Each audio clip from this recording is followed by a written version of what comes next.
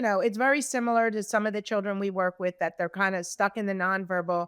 You kind of figure out where they can do it, shaping sounds into words. And the interesting part when you mention the RSA, I just want to say we have teens that are so stuck, they're speech phobic, they're professional mimes, even adults where they are so mute in a setting. And that Mhm, shaping sounds, taking a deep breath in, taking a deep breath out, mhm. pushing air through their teeth so they're seeing it from more of a cognitive becomes a way they do it. So someone's like, "Oh, my 15-year-old's not gonna do sounds." Meanwhile, they've been mute for years, but they come in, we do that, we explain, "Look, we know you know your sounds, but because we're stuck here," and we help them with the bridge. So it sounds like we do the same sort of thing.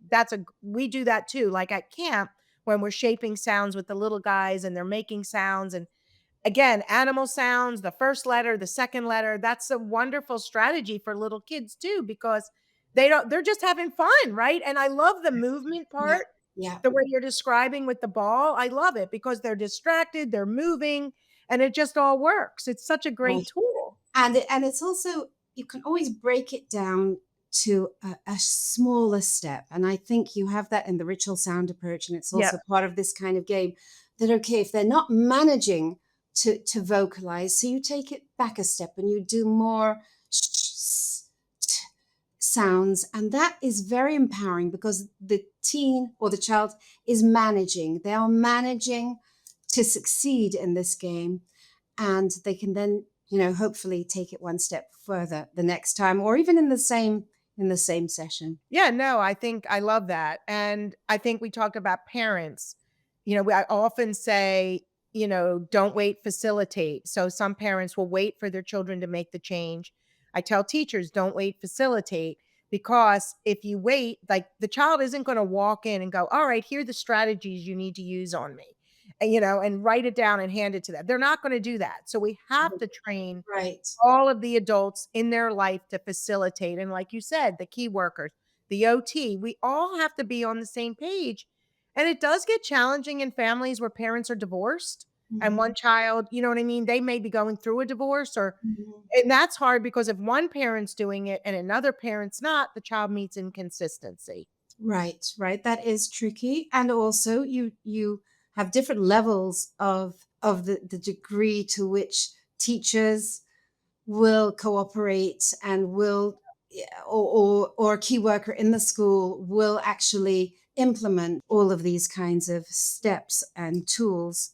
When there is excellent cooperation between parents, teachers, and therapists, that is for me such a promising state of affairs that is so conducive to change. That is just that leverages everything that each person is doing, Yep.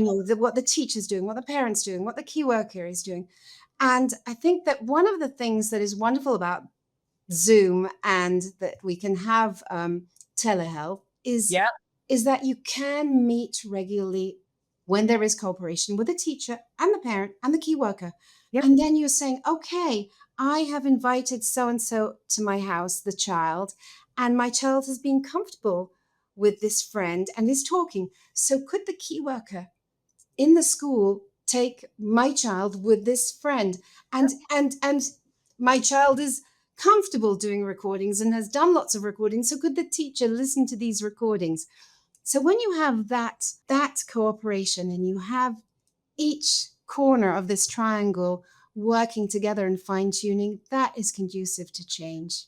It's interesting how you keep going like this with the triangle, and I think about holding hands.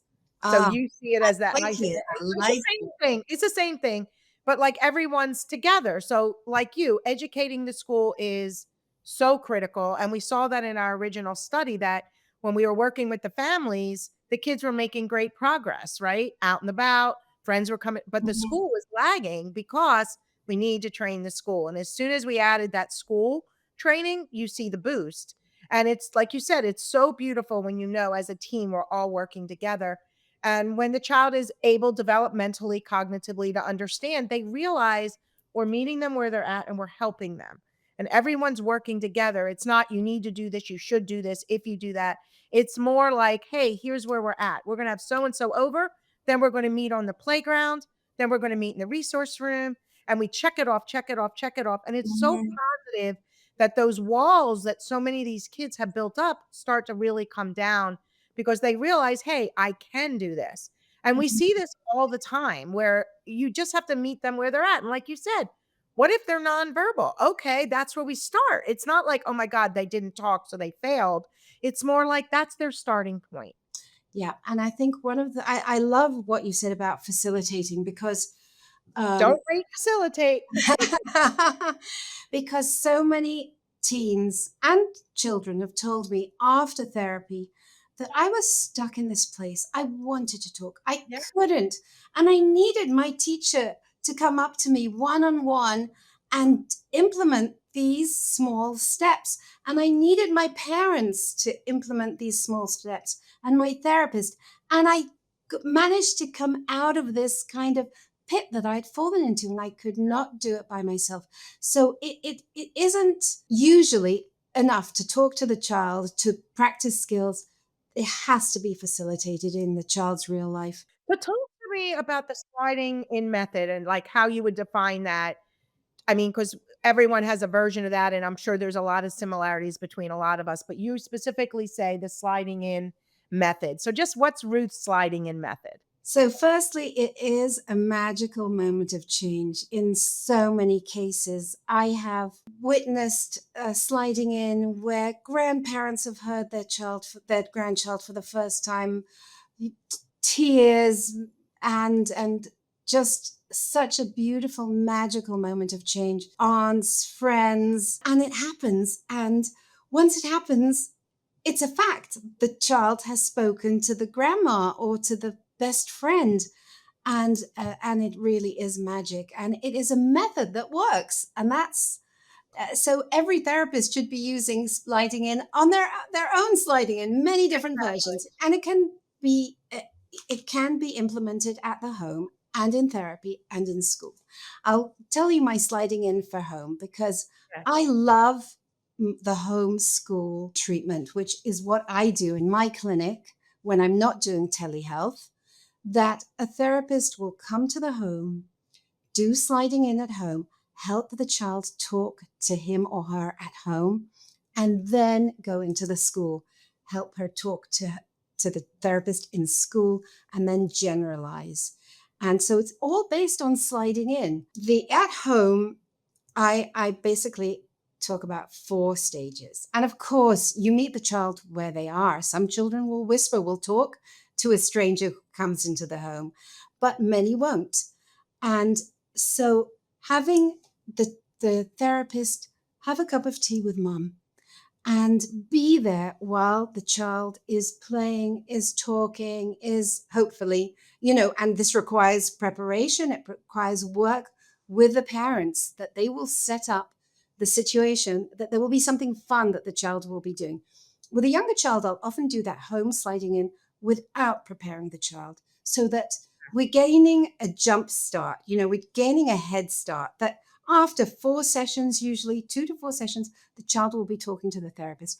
Obviously, with older children, with teens, you prepare them. But even so, I like to do that. That mom or dad are in the kitchen having a cup of tea, and the child is playing, talking, listening to videos of themselves. And then gradually, the therapist will move into the same room, and dad or aunt or older sister will continue playing. And then we'll take a few cards from Dixit or from Guess Who or Go Fish and join in a game, and then actually be talking directly to the child. This can happen in 1 session, it can happen in 4 sessions. And as I said, it's not a cookbook. You have to go with what the child likes, with how the child responds, and modify. So also with sliding in, there is such room for creativity with thinking of what will be the most correct for this child. What does he like doing? Does he like drawing? Does he like playing football? I had one child where all of the sliding in, this was this year with a therapist of mine, was through football. Once we discovered that kicking the ball to another child and saying Spurs, Tottenham, kicking and saying something while you're kicking, that just loosened him up and you could do it. So we went just with football with this specific child. But if you take the sliding in to the school, and let's say the therapist or the key worker, he has already done sliding in at home, so the child talks at home, and then it's a combination of exposure and sliding in, because first you want the child to talk to the therapist again at home. At school, a variable has changed. It's now at school. You can't take it for granted that the child who talks at home is going to talk in school. But if you do the exposure that you've done at home, which could be listening to a recording, playing broken telephone, playing the balloon game, playing Go Fish, playing Taco Cat, then very often over 1 or 2 sessions, the child will regain the ability that he had at home to speak in a therapy room in the school.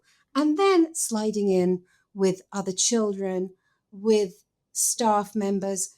And it is always, I like the holding hands. That's going to be a new, a gesture for me. Yeah. Yeah. So, hopefully the parents will have invited a child, a friend home and done exposure at home. And then the therapist will, or the key worker will come to the school, help the child speak in school, and then do sliding in with a child with whom the selectively mute child has already spoken at home, if that's possible. But even not, just perhaps playing with this balloon game, perhaps playing broken telephone, listening to recordings, and gradually incorporating more children, more staff members into that school session.